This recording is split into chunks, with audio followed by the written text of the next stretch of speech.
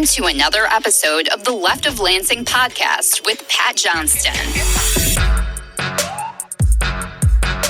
A progressive insight into Michigan's political and cultural world. And of course, an entertaining podcast designed to shine a light on how to make Michigan's political machine work for the people.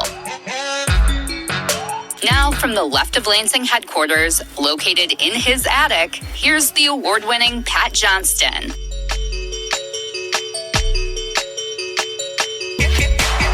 Oh, yeah. Welcome to another edition of Michigan's premier progressive podcast. I am Pat Johnston. And has anything happened since the last time we talked about 2 weeks ago? I think we've had some things happen over the past 2 weeks. And I think one of them is that we're on day 14 of Will Joe Biden drop out of the race coverage? Now, it does appear that some of Michigan's Democratic congressional members are remaining on President Biden's side after, let's be honest, his disastrous debate 2 weeks ago. Good friend of the podcast, John King from Michigan Advance reports that Governor Gretchen Whitmer, Senator Debbie Stabenow, and Congresswoman Haley Stevens have publicly said that they continue to back Biden. However, State Representative Phil Skaggs of East Grand Rapids released a statement on his social media begging Biden to pass the torch to a new generation of Democrats if we hope to defeat Trump and his Christo-fascist brigade. Former State Democratic Party Chair Lonnie Johnson also called for President Biden to step aside. A friend of the podcast, State Representative Jason Morgan, meanwhile, told Michigan Advance that while Trump was absolutely awful during that debate as well, and he was, it's up to Biden to decide if he wants to remain in the race. Not exactly a ringing endorsement, really. Former Congressman David Bonnier talked about Biden's struggles in that debate and declared it a technical knockout, a TKO, as he expressed his desire for Biden to hand the torch over to Vice President Kamala Harris.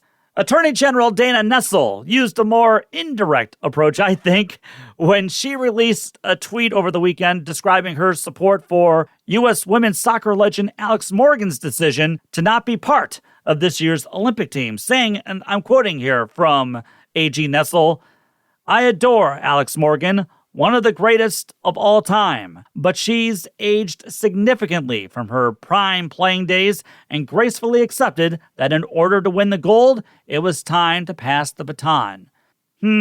Something tells me that the AG is talking about someone else than Alex Morgan. Democratic candidate for the U.S. Senate, Hill Harper, says no matter what Biden does, the party will have to come together fast or else face electoral disaster. I agree with that, but Harper still isn't signaling either way what he wants to happen.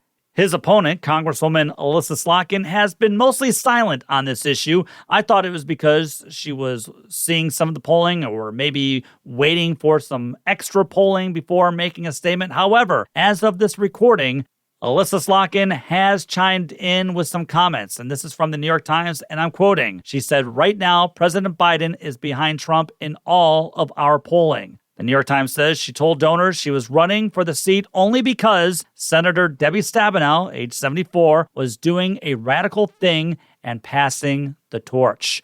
Wow. Now that is a significant development there.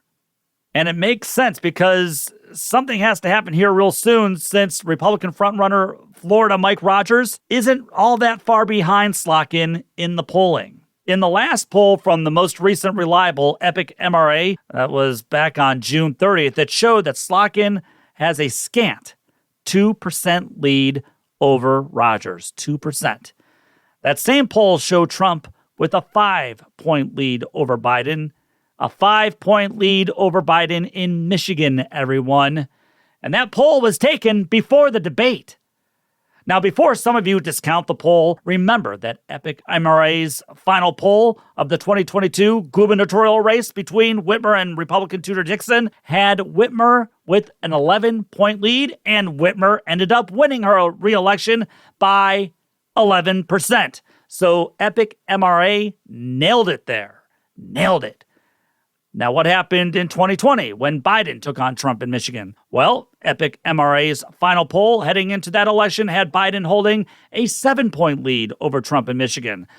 But as we know, Biden ended up only winning Michigan by 3 percentage points. So, Epic MRA underestimated Trump's strength in the state. Trump so far leading Biden by 5 points here. And again, those numbers came out before the debate. Look, it's been an exhausting last 14 days for Democrats, for progressives, and for independents. Everyone has been arguing back and forth, and many times arguing past each other on what is exactly the best course of action to take. This is some new territory. It's historical territory. I gave my viewpoint on YouTube the day after the election, and my opinion still holds that I think that Biden should step aside. But listen, I respect everyone who has differing opinions on this subject. Again, we are in new territory. I understand the arguments saying that everyone must just stick with Joe and that it really could be taking a hell of a chance. All right, that we could really be taking a hell of a chance to usher in a new person, whether it be VP Harris or someone else like Governor Whitmer. I get that. I get it completely. I've heard some echo the sentiments that we can't relive another Chicago 1968 convention, which eventually led to the election of Richard Nixon. But while this year's Democratic convention is also happening in Chicago, I think we're taking the wrong conclusions of that convention. First of all, President Johnson stepped aside because his polling numbers inside the party weren't the best due to the Vietnam War, and he got out back in March of 68. Second, and this one I truly believe, but I have to admit, we'll never exactly know for sure, but I truly believe had Bobby Kennedy made it to Chicago, he would have been the nominee. And I think it's safe to say he would have destroyed Nixon. I mean, he definitely would have been able to energize the ticket, the Democratic ticket completely, more than Hubert Humphrey turned out to be able to do. We can't discount the demoralization that Bobby Kennedy's assassination had on so many people who put their hopes on him to end the war. I mean, everything unraveled in ways in Chicago in 68 that no one could anticipate for the Democratic Party. But this time it's different. This time, people are so afraid of another Trump term that they are in need of someone showing that they are ready to not just fight against Trump and the extremism and the elite corruption that he represents, but they are needing somebody to demonstrate how they are fighting for them on a daily basis from now until Election Day. That debate shook everyone up, and rightly so. They saw the polling, but they believed, and I have to admit, I think I was one of them still holding out hope that as he did in the State of the Union back in March, I hope that Biden would relieve some of the worries that many of us had about his age and his ability to take it to Trump. But he didn't do it. He couldn't do it. And you can't blame people for freaking out. You can't blame people for freaking out and for wanting an alternative or calling for an alternative. And I don't think telling everyone to love it or leave it, to use the saying many on the right yelled at anti-Vietnam protesters of the 60s, I don't think that's a winning strategy either. Look, I don't know what's going to happen. I don't. And if Biden ultimately decides to stay in the race, okay, then that's what we have to go with. I've given my piece. And I hope for a change at the top of the ticket. I really, really do. But if he doesn't step down, then I hope I'm disastrously wrong about everything. I do. And I hope many of you on election night or the day after the election will come at me and say, Pat, you were wrong. We were right. Hey, I hope you guys prove me wrong. And I hope Joe proves me wrong. My podcast, though, is most concerned about what's happening here in Michigan. And I'm going to try to fight to keep Michigan's legislature blue. And I'll keep pushing that message from now until Election Day, because as much as we are focusing on what's happening at the presidential level, and it is indeed important, as I'm going to talk about here in a second, we have to keep the state legislature blue. We have to keep the state house blue. because I believe Michigan is truly providing a blueprint for all Democrats to follow across the country. In fact, if the Biden team and Democrats really wanted to control the media narrative and at least divert the frenzy around Biden's age and health, I wish they'd use Governor Whitmer, who's part of his re-election team. I wish they'd use her to show how Michigan Democrats are passing policies proving that we are truly the anti-Florida. I mean, why not use her? Why not use her to talk about all the pro-worker, pro-family, pro-union, pro-women's health, pro-environment, pro-clean energy movement, pro-LGBTQ plus rights, pro-freedom, pro-children, and true pro-life policies that they've passed here since Democrats took control of the state trifecta? Why not have Whitmer hammer that message home every day and use Michigan as the example for the entire country? I noticed that the Biden-Harris campaign released a tweet asking everyone this week to look up Project 2025. And I guess that's a good idea, although, it probably would have been a more effective strategy to have brought that up and hung it around Trump's neck during the debate. Keep calm, Pat. Keep calm. Anyway, I brought up Project 2025 a few times here on the podcast, and it's a policy blueprint created by the fascist right-wing Heritage Foundation in case Trump gets back into the White House. It's a corporate Christian nationalist takeover of our government, and it's all right there in the 992-page outline. Bridge Magazine this week has a good story on it, saying the policy agenda of Project 2025 includes plans to crack down on contraceptives and mail-order abortion medication, eliminate a federally funded preschool program for low-income students, scale back non-discrimination protections for gay and transgender residents, and begin mass deportations of undocumented immigrants. Hey, everybody's complaining about inflation at the grocery stores. Enjoy higher vegetable and fruit costs. But it also wants to eliminate the administrative state, especially the Environmental Protection Agency, because profits are more important than the health of the people and the places where they live. Remember, this is from the so-called pro-life crowd. Oh, and this screed was also put together by some of the nut jobs coming from Hillsdale College here in Michigan. So even though we passed abortion rights here in the state, Project 2025, for example, calls for the reinstatement of the Comstock Act, an 1870s law that bans the distribution of abortion medication. And the Supreme Court will back it. That's just one goodie that's in there right now. It would also, here's some more, it would also erase federal programs for low-income Americans like Head Start, which means some 30,000 preschool kids in Michigan would be left with nothing. Again, another one of those pro-life policies. Hooray! But here's something else. Project 2025 would eliminate free breakfasts and lunches for all students at all public schools. Why? Because those are popular programs, everyone. They're popular with parents, and as we've seen how successful that program here is in the state, Democrats, along with a little bit of Republican support this time around, passed an extension of the free meals at public schools program. You see, if they're popular, that means it's harder for right-wingers to pass school voucher laws, which diverts money from public schools to for-profit charter schools. That's always been their goal. That is why they are against free meals for all public school students. So if Trump gets in office, free meals for students, gone. And there's nothing we can do about it. Also, Project 2025 wants to attack and eliminate Obamacare and hurt Medicare and Medicaid. We already heard Republicans in Congress say that they want to go after Social Security and privatize it again. I mean, this is what a Donald Trump victory means. And this is what former Governor Rick Snyder wants, as he's currently raising cash to put MAGA Republicans back into power in the state house. You see, the state house is up for grabs this year, everyone. And if MAGA Republicans get the gavel, buckle up.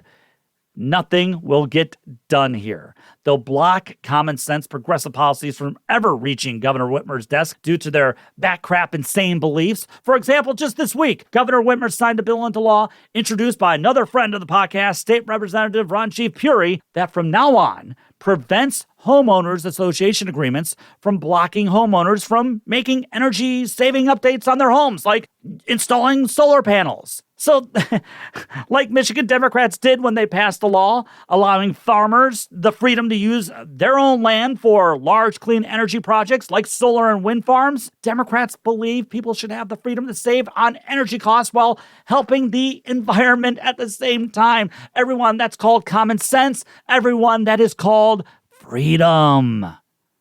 And that's what MAGA Republicans and their precious Project 2025 want to take away from you. They want to take away your freedom. Why do you think Trump is distancing himself from Project 2025? Why? Because it's fascism on steroids. But as much as he wants to say he didn't know anything about it, it sure seems like he's surrounded by supporters who helped write it. I mean, that's how you change the narrative. That's how you play offense. Hang a Project 2025 like an anvil around his neck.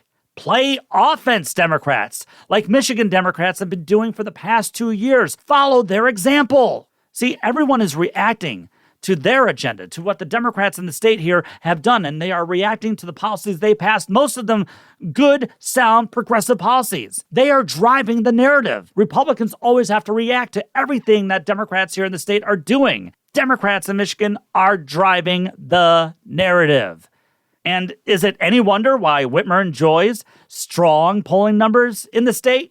Democrats are driving the narrative because they are passing policies that are popular with the people.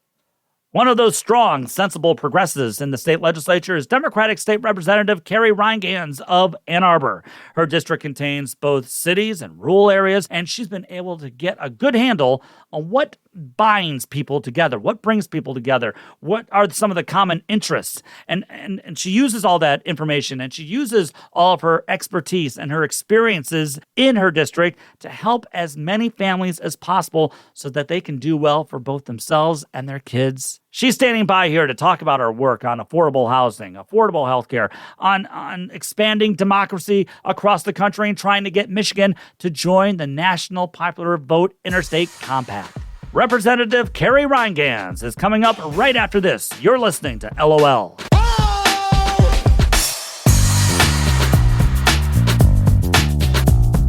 It's the Left of Lansing podcast. If you truly want to get Pat fired up, talk about Tigers baseball or how you think the 90s produced the worst music of any decade, you've been warned.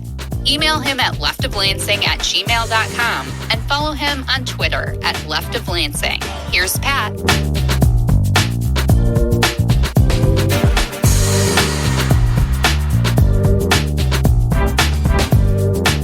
It's awesome to bring back Democratic Michigan State Representative Carrie Rheingans back on the podcast this week. Representative Rheingans is from the 47th House District, which contains parts of Ann Arbor and Washtenaw County, and I believe out to the eastern parts of Jackson County. She's a strong progressive fighter in Lansing, focusing on so many things like affordable housing, healthcare for all, lower drug prices, voting rights, and pushing Michigan to become part of the National Popular Vote Interstate Compact. And she's fighting to help just keep Michigan blue this November so that MAGA Republicans cannot stifle the strides that we've been able to make here in our state over the last 18 months. So Representative Rheingans, thank you so very much for coming back here on Left of Lansing. I appreciate it. Yes, thank you so much for having me back on. Hey, if you don't mind, I'd like to first ask you about your district because your district contains both cities and rural areas. What do you think are some of the similarities that you've learned through the years between voters who live in more populated areas and those who live in less populated areas in your district? I mean, if I'm not mistaken, you grew up in a rural area of Michigan, and I've got to believe that that experience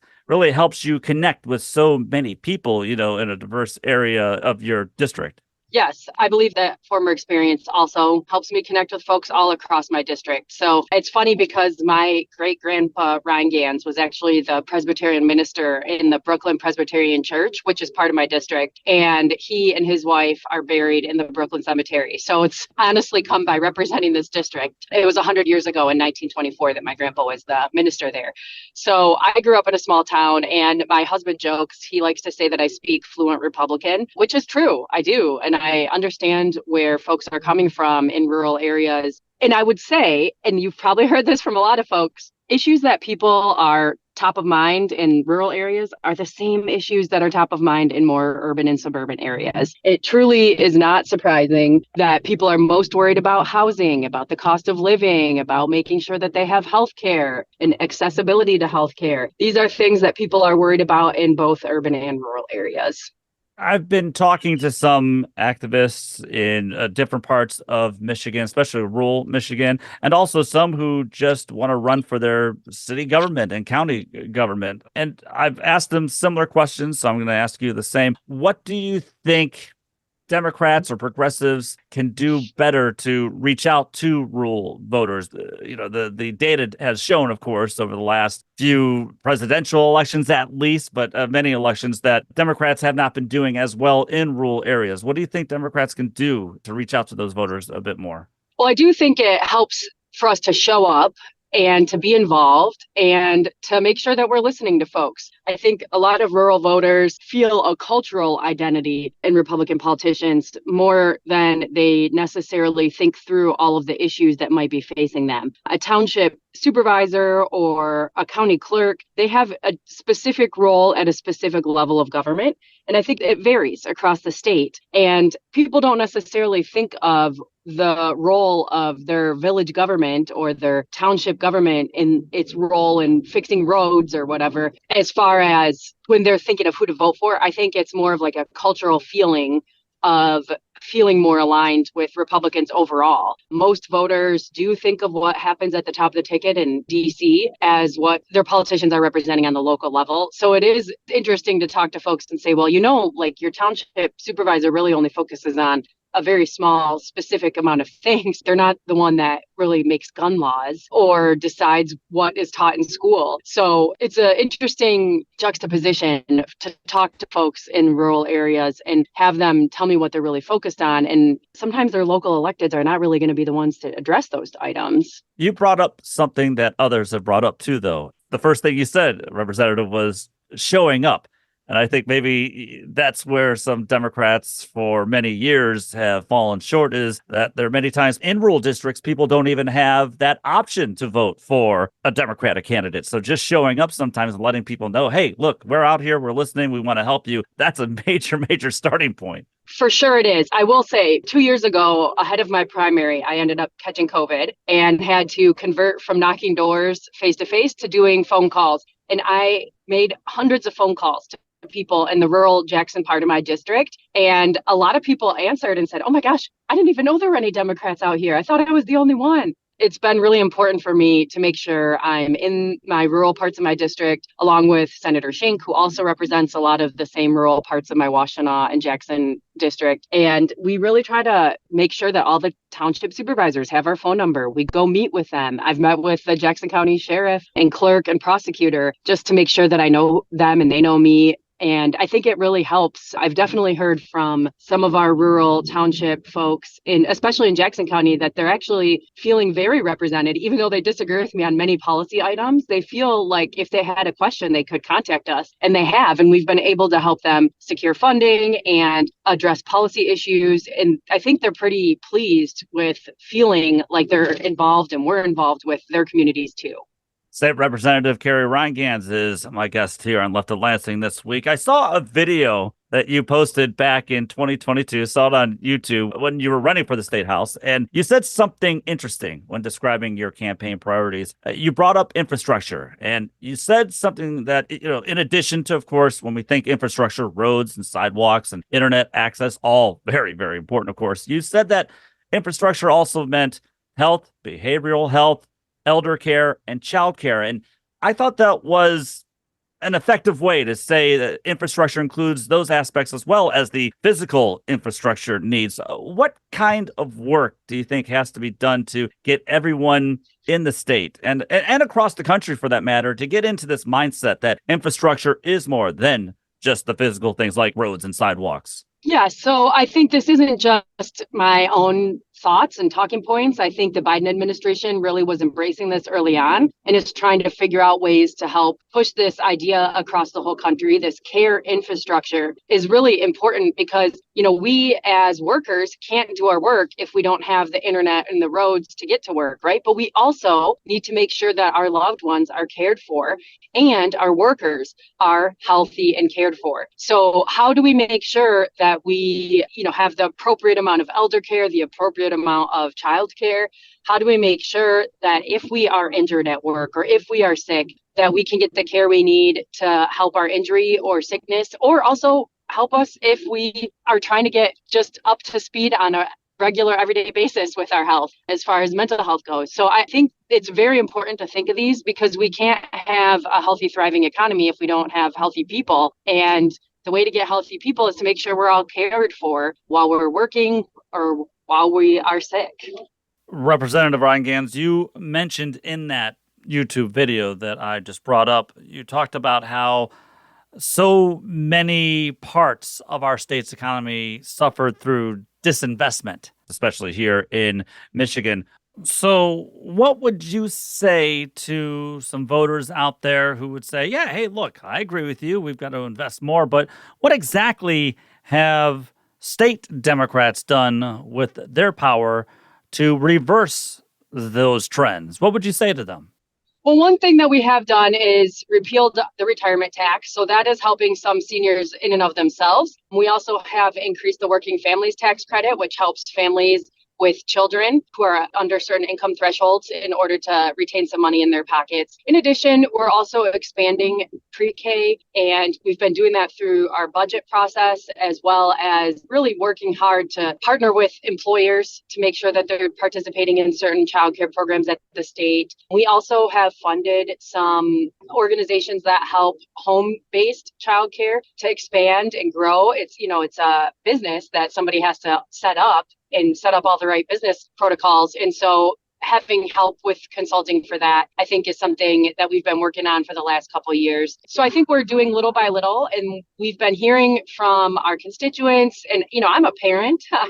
I was just talking earlier about dropping my child off at summer camp so that I could be out working today. We do need to make sure that we have enough parents of younger kids in the legislature so we really can relate to our constituents. This is a huge issue facing our community. Childcare is very expensive, and it still doesn't even pay the workers as much as they really deserve. So I think there's a whole structure here that we need to examine to make sure that there is sufficient childcare. And I think that Democrats in our trifecta are really looking at this, trying to figure out how do we fund this appropriately, and how do we make sure that the right technical support is there and the right business support is there to help expand this industry really across our state. I recently spoke with Danielle Atkinson from Mothering Justice, and yes, they're part of this coalition demanding that paid family leave bills, which have been sitting in the state legislature for a year, that they get some action. This would help so many working families who have to care for a sick relative or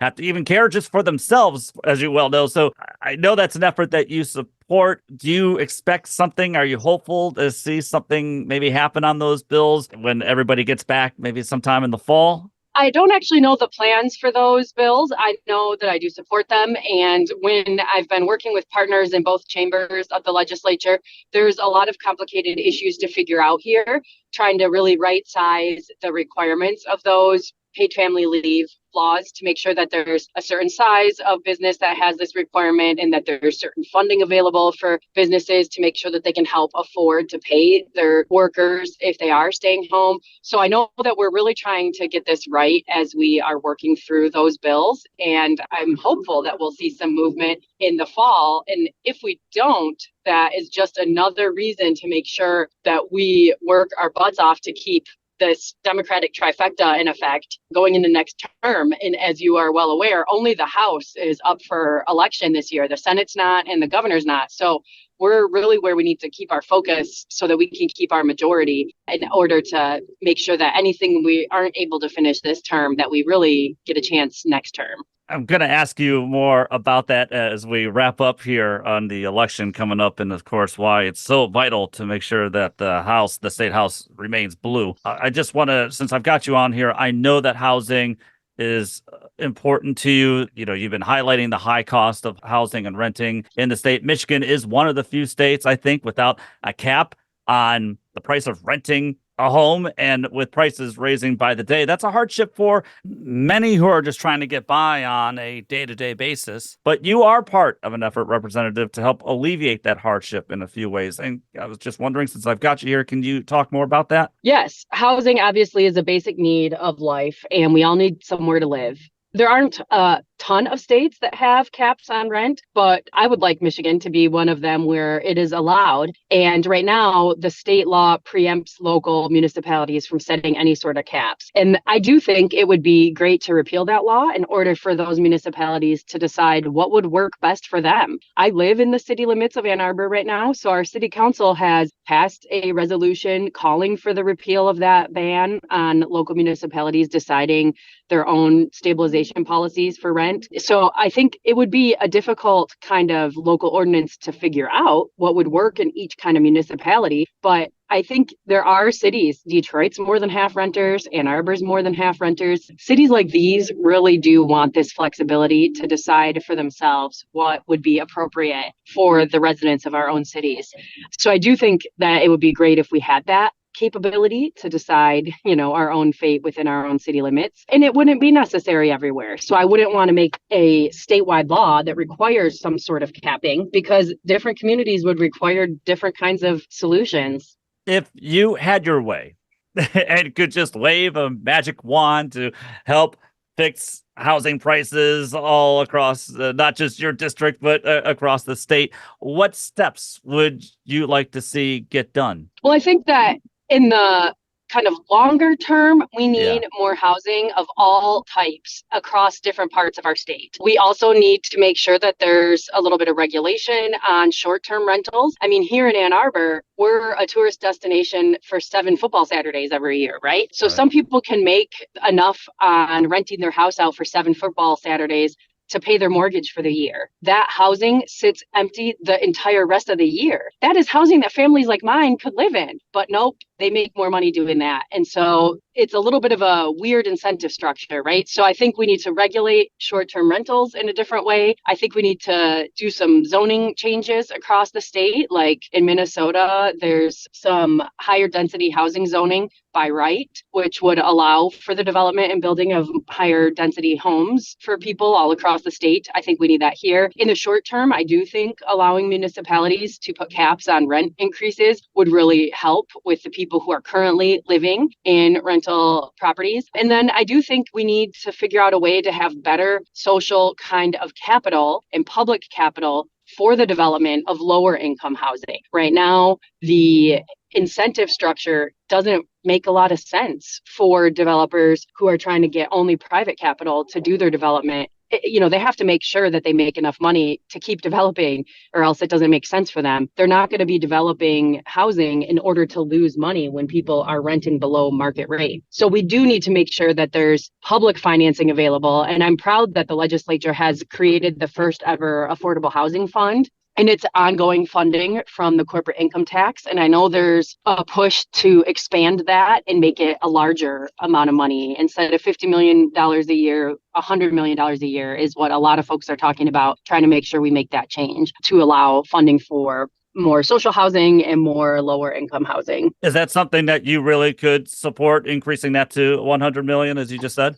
Yes. Oh, definitely. Okay. I know I've just got you for a few more moments. If you don't mind, I'd like to switch to a topic that I've been talking about here a lot. And whenever I bring it up on social media, it sparks all kinds of conversation. And that's the National Popular Vote Compact. It's something that you've been advocating for quite some time. And there's actually been some new developments here in Michigan when it comes to those bills that you've introduced. But first, before we get to that, can you just explain in your words what the compact is all about and why you believe that it's important for Michigan to join? Yes, the National Popular Vote Interstate Compact is a compact between states who all agree that we should be awarding our electoral college votes based on who wins the national popular vote. And this is based on the principle that every one of us has an equal vote across the whole country. And so instead of just electing the president with the battleground states of America, we really should be electing the president using the entire United States of America. The president's district is the whole entire country. And I think the president should have to win the most popular votes in their district in order to be elected. That's what I had to do. I had to win the most popular votes in my district in order to be elected. So I think the presidency should be no different. We're very fortunate in our country that the United States Constitution gives the power to state legislatures to determine how to award our electoral college votes. So I would like to make sure that our electoral college aligns with the national will of the people and that we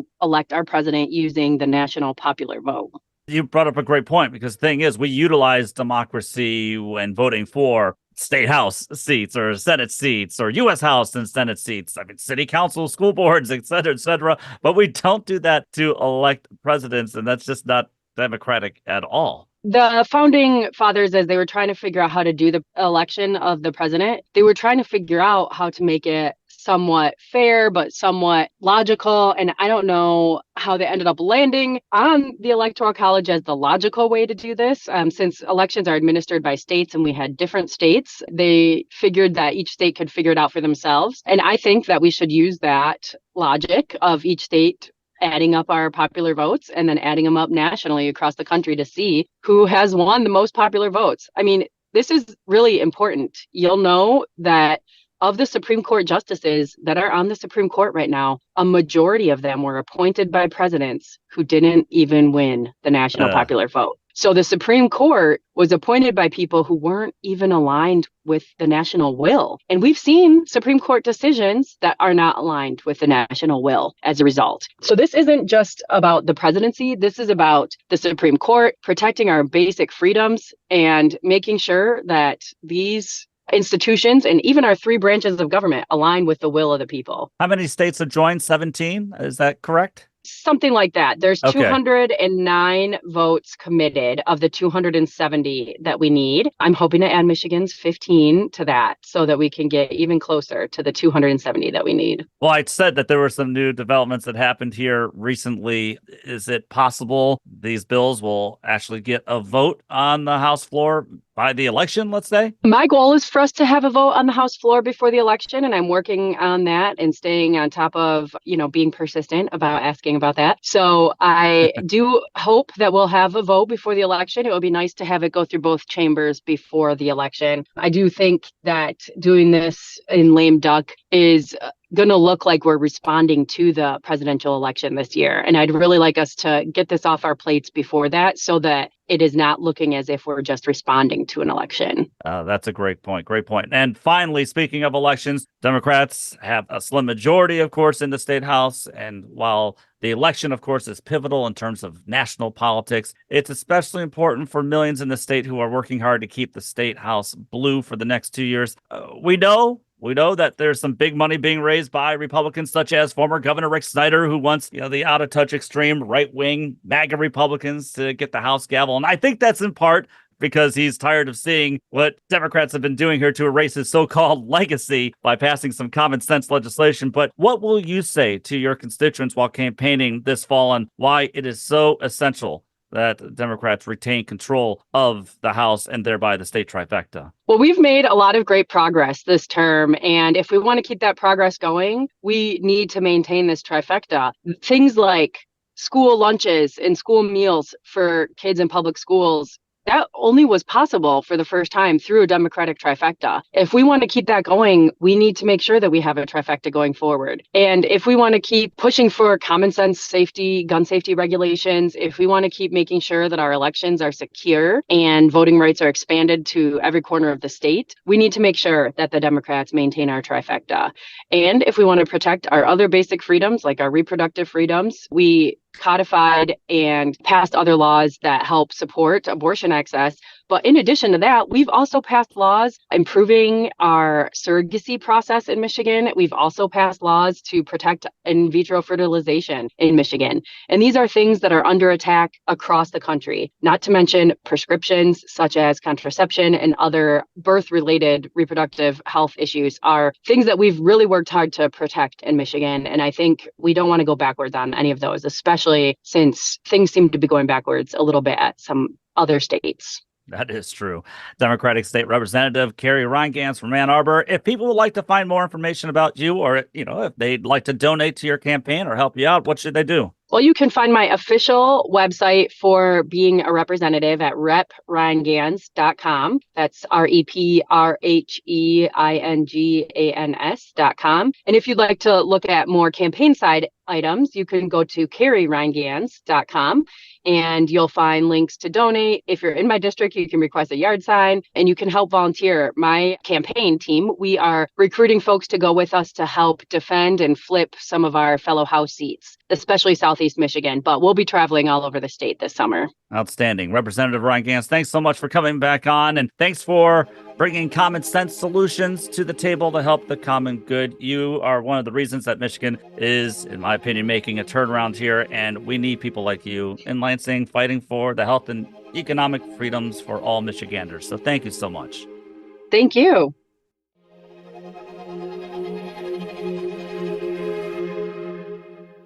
He spent nearly 25 years working as a liberal voice in conservative talk radio across the state, and he's still a somewhat stable person. It's the Left of Lansing podcast with Pat Johnston. You can find archives of the podcast, plus Pat's musings on other topics in written form at leftoflansing.com. Left of Lansing archives are available wherever you get your podcasts. And now Left of Lansing is available on YouTube. We'd like to thank Audio Boom for distributing all our episodes so we can share progressive, otherwise known as common sense, values across Michigan and the country. Now, here's Pat Johnston.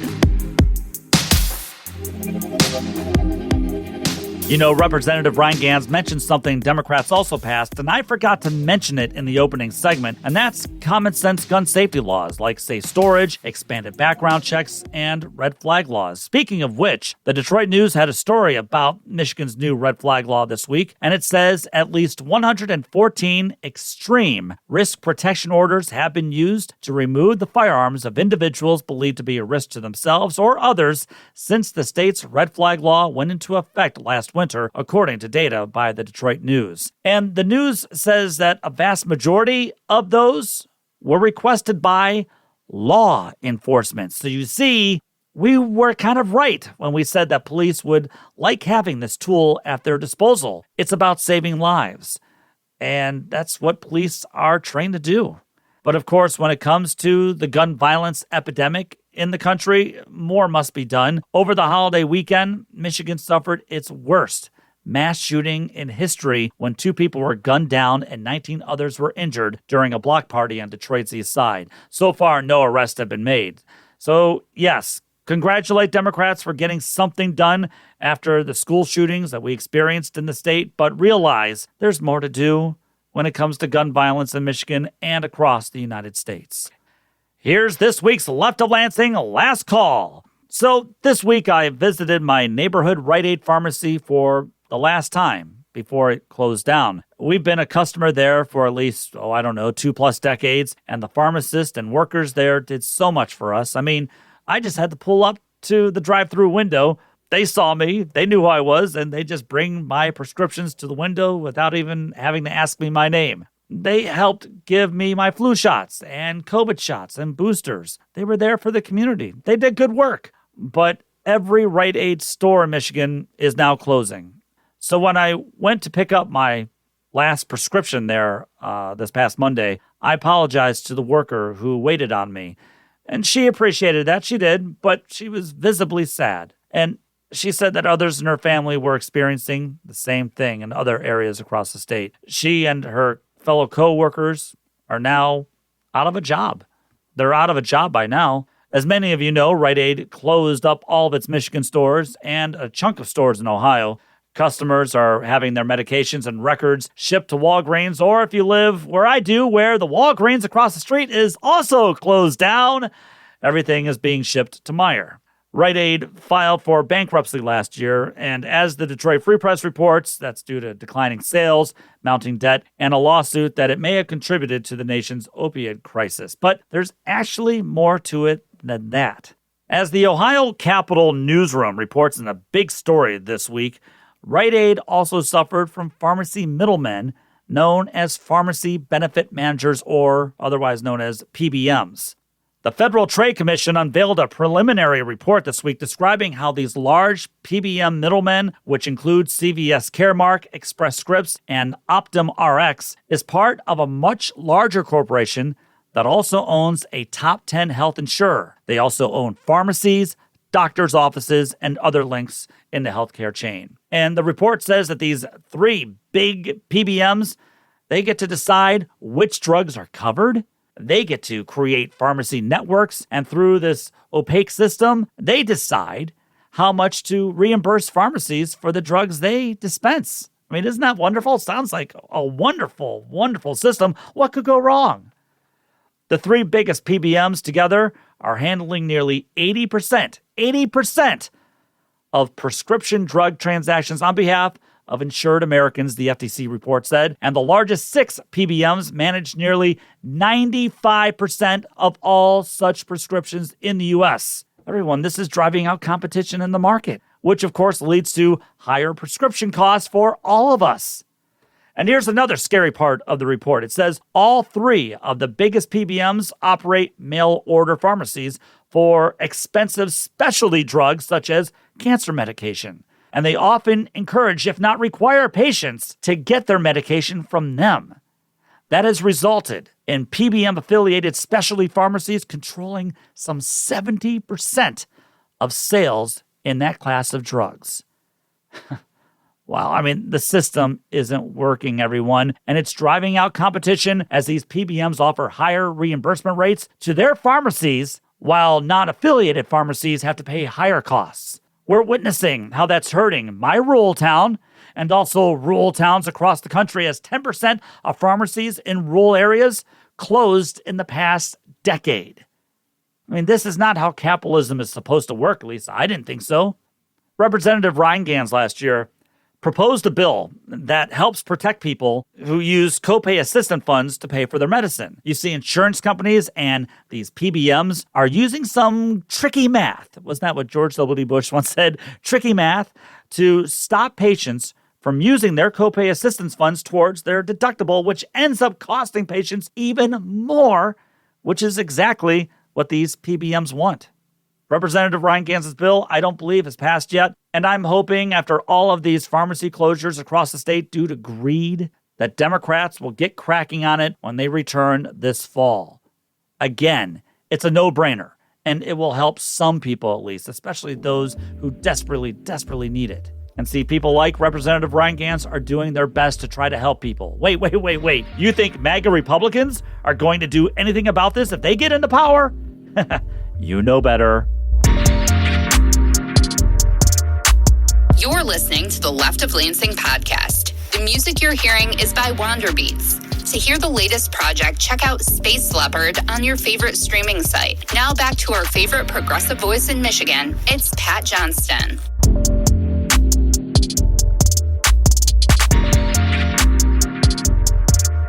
Well, that's going to do it for this edition of the Left of Lansing. Special thanks again to State Representative Carrie Rheingans for coming back on this week. Representative, you always make every episode better when you're on it, so thank you so much. Next week, Jody Decker, who is a Democratic candidate for the 107th House District, will join me. Now, she's running to maybe face off against your favorite MAGA Republican state representative and mine, Neil Frisky, who, for whatever reason, is yet to face charges after getting arrested last month for possibly and allegedly chasing an adult dancer around with a gun.